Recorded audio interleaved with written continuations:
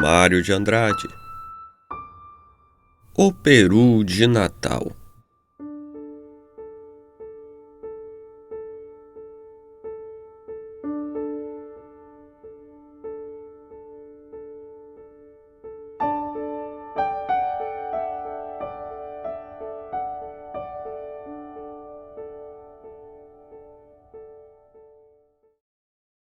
O nosso primeiro Natal de família, depois da morte de meu pai, acontecida 5 meses antes, foi de consequências decisivas para a felicidade familiar. Nós sempre fôramos familiarmente felizes, nesse sentido muito abstrato da felicidade.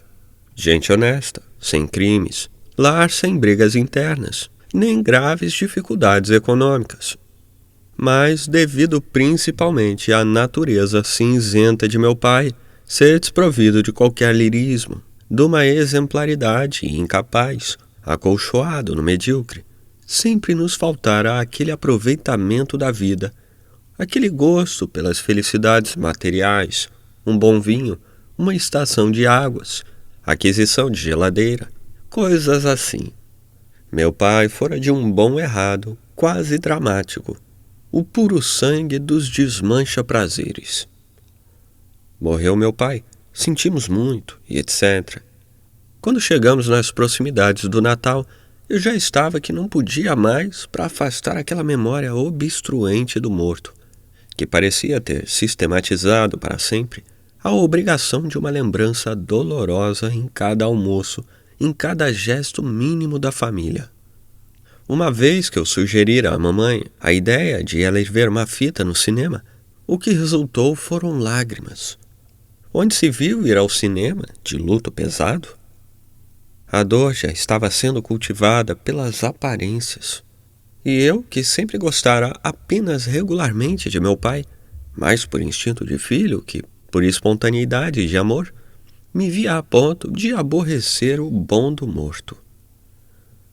Foi de certo por isto que me nasceu, esta sim, espontaneamente, a ideia de fazer uma das minhas chamadas loucuras. Essa fora, aliás, e desde muito cedo, a minha esplêndida conquista contra o ambiente familiar. Desde cedinho, desde os tempos de ginásio, em que arranjava regularmente uma reprovação todos os anos, desde o beijo às escondidas numa prima aos 10 anos. Aos 10 anos, descoberto por tia velha, uma detestável de tia.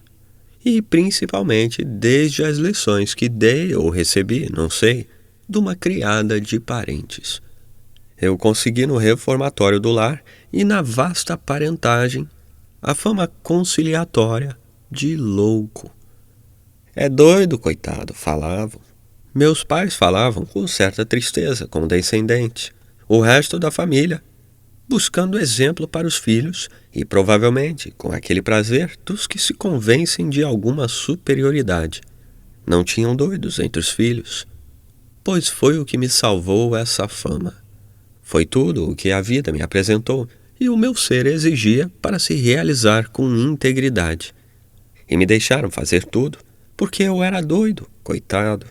Resultou disso uma existência sem complexos, de que não posso me queixar em nada. Era costume sempre na família, a ceia de Natal. Ceia a reles, já se imagina. Ceia tipo meu pai, castanhas, figos, passas, depois da missa do galo. Empanturrados de amêndoas e nozes. Quanto discutimos os 3 manos por causa do quebra-nozes. Empanturrados de castanhas e monotonias, a gente se abraçava e ia para a cama.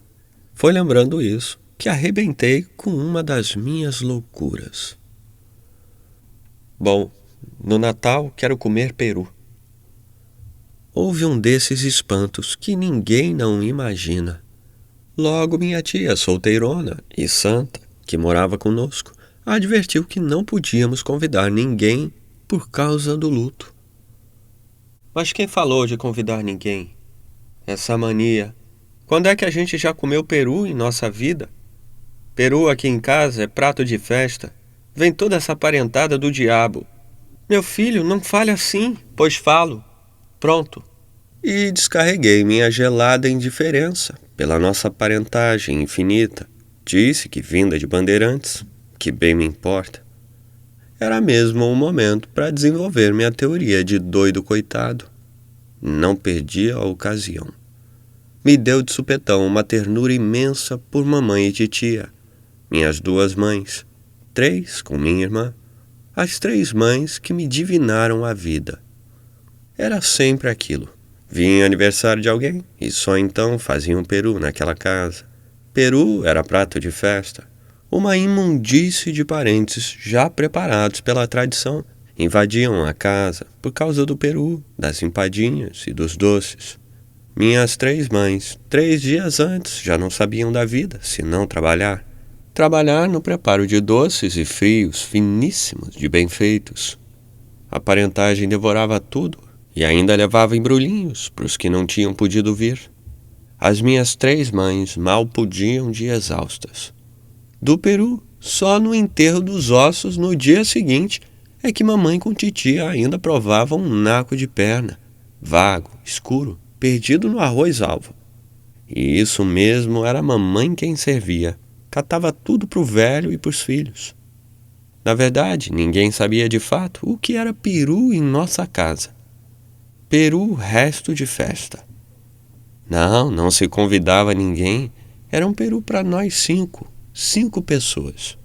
E havia de ser com 2 farofas, a gorda com os miúdos e a seca, douradinha com bastante manteiga. Queria o papo recheado só com a farofa gorda, em que havíamos de ajuntar ameixa preta, nozes e um cálice de xerez, como aprendera na casa da Rose, muito minha companheira. Está claro que omiti onde aprendera a receita, mas todos desconfiaram. E ficaram logo naquele ar de incenso assoprado, senão seria a tentação do diabo aproveitar receita tão gostosa. E cerveja bem gelada, eu garantia quase gritando. É certo que com meus gostos já bastante afinados fora do lar, pensei primeiro num vinho bom, completamente francês. Mas a ternura por mamãe venceu o doido. Mamãe adorava cerveja. Quando acabei meus projetos, notei bem, todos estavam felicíssimos, num desejo danado de fazer aquela loucura em que eu estourara. Bem que sabiam, era loucura assim, mas todos se faziam imaginar que eu sozinho é que estava desejando muito aquilo e havia jeito fácil de empurrar para cima de mim a culpa de seus desejos enormes. Sorriam-se entreolhando, tímidos como pombinhas desgarradas, até que minha irmã resolveu o consentimento geral. É louco mesmo.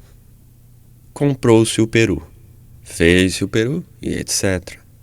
E depois de uma missa do galo bem mal rezada, se deu o nosso mais maravilhoso Natal.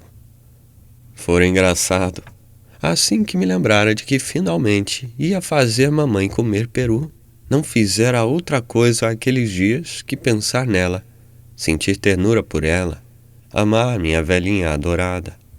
E meus manos também, estavam no mesmo ritmo violento de amor. Todos dominados pela felicidade nova que o peru vinha imprimindo na família. De modo que, ainda disfarçando as coisas, deixei muito sossegado que mamãe cortasse todo o peito do peru. Um momento, aliás, ela parou, feito fatias um dos lados do peito da ave, não resistindo àquelas leis de economia que sempre a tinham entorpecido numa quase pobreza sem razão. Não, senhora, corte inteiro. Só eu como tudo isso? Era mentira. O amor familiar estava por tal forma incandescente em mim que até era capaz de comer pouco, só para que os outros 4 comessem demais. E o diapasão dos outros era o mesmo. Aquele peru, comido a sós, redescobria em cada um o que a cotidianidade abafara por completo. Amor, paixão de mãe, paixão de filhos.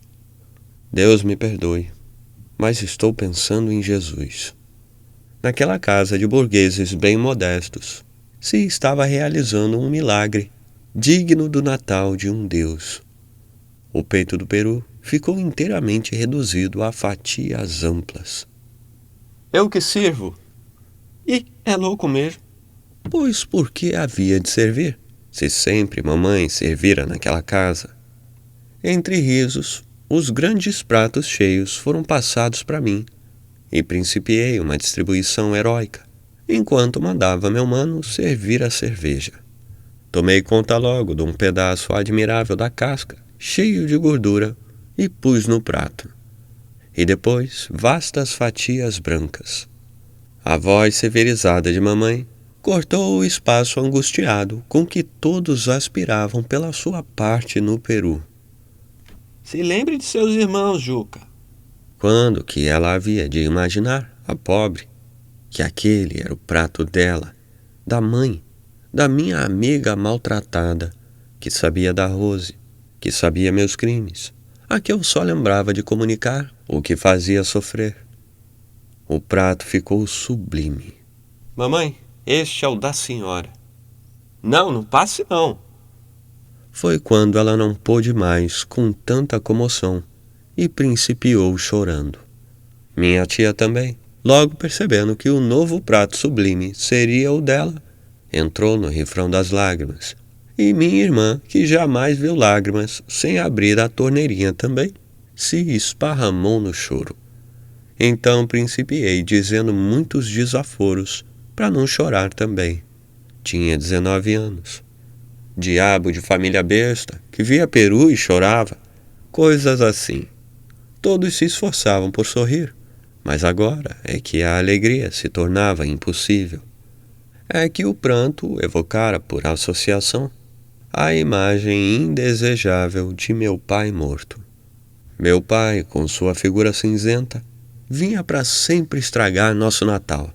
Fiquei danado. Principiou-se a comer em silêncio, lutuosos, e o peru estava perfeito. A carne mansa, de um tecido muito tênue, boiava fagueira entre os sabores das farofas e do presunto, de vez em quando ferida, inquietada e redesejada pela intervenção mais violenta da ameixa preta e o estorvo petulante dos pedacinhos de noz. Mas papai sentado ali, gigantesco, incompleto, uma censura, uma chaga, uma incapacidade. E o peru estava tão gostoso. Mamãe, por fim, sabendo que peru era manjar mesmo digno do Jesusinho nascido.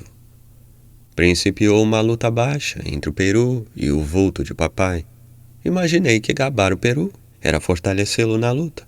E está claro, eu tomara decididamente o partido do peru. Mas os defuntos têm meios visguentos, muito hipócritas de vencer.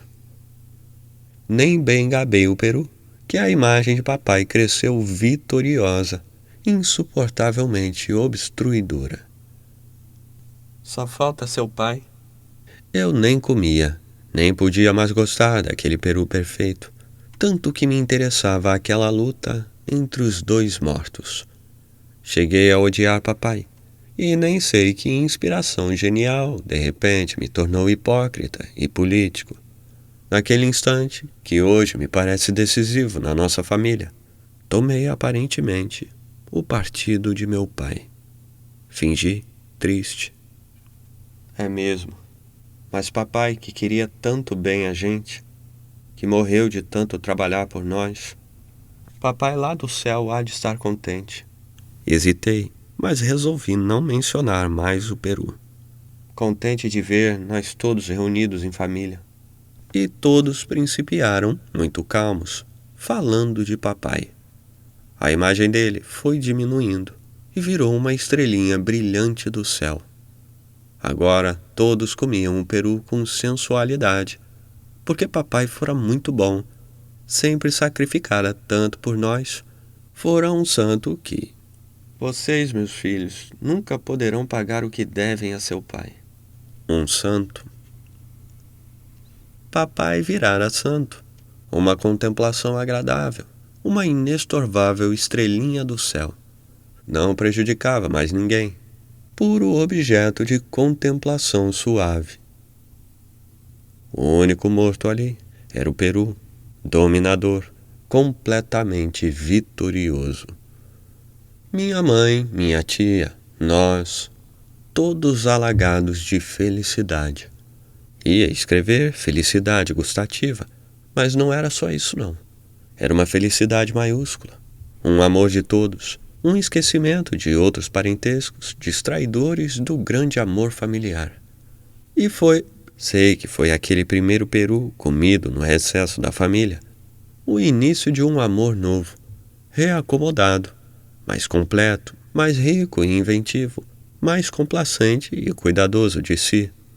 Nasceu então uma felicidade familiar para nós que, não sou exclusivista, alguns a terão assim grande, porém mais intensa que a nossa, me é impossível conceber. Mamãe comeu tanto peru que um momento imaginei aquilo podia lhe fazer mal. Mas logo pensei, que faça, mesmo que ela morra, mas pelo menos que uma vez na vida coma peru de verdade. A tamanha falta de egoísmo me transportara ao nosso infinito amor. Depois vieram umas uvas leves e uns doces, que lá na minha terra levam o nome de bem-casados. Mas nem mesmo este nome perigoso se associou à lembrança de meu pai, que o peru já convertera em dignidade, em coisa certa, em culto puro de contemplação. Levantamos. Eram quase 2 horas, todos alegres, bambeados por 2 garrafas de cerveja. Todos iam deitar, dormir ou mexer na cama. Pouco importa, porque é bom uma insônia feliz. O diabo é que a Rose, católica antes de ser Rose, prometera me esperar com uma champanhe. Para poder sair, menti. Falei que ia a uma festa de um amigo, beijei a mãe e pisquei para ela. Modo de contar onde é que ia e fazê-la sofrer seu bocado. As outras 2 mulheres beijei sem piscar. E agora, Rose.